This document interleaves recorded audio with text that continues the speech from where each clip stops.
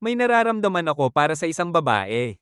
Pero may boyfriend siya. Ang sakit kasi ang dami naming pagkakapareho sa pagkain, music, damit, kahit sa mga maliliit na bagay na parang walang saysay sa iba pero big deal sa akin.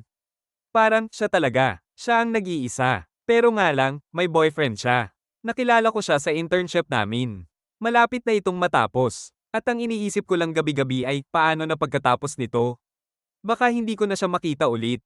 At yung ideyang yun, yung posibilidad na baka ito na yun na hanggang dito lang ako, kinakain ako sa loob.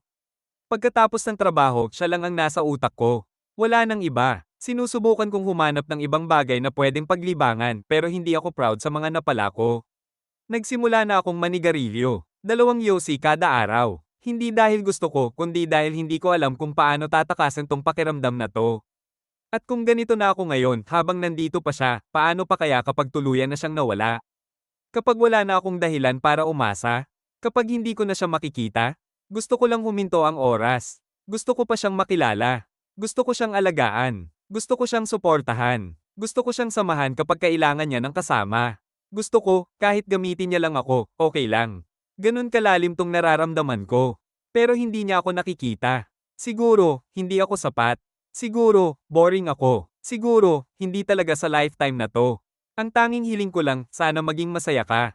Kahit hindi ako yon. Kahit wala akong lugar sa mundo mo. Kahit ako lang tong nakakaramdam ng ganito.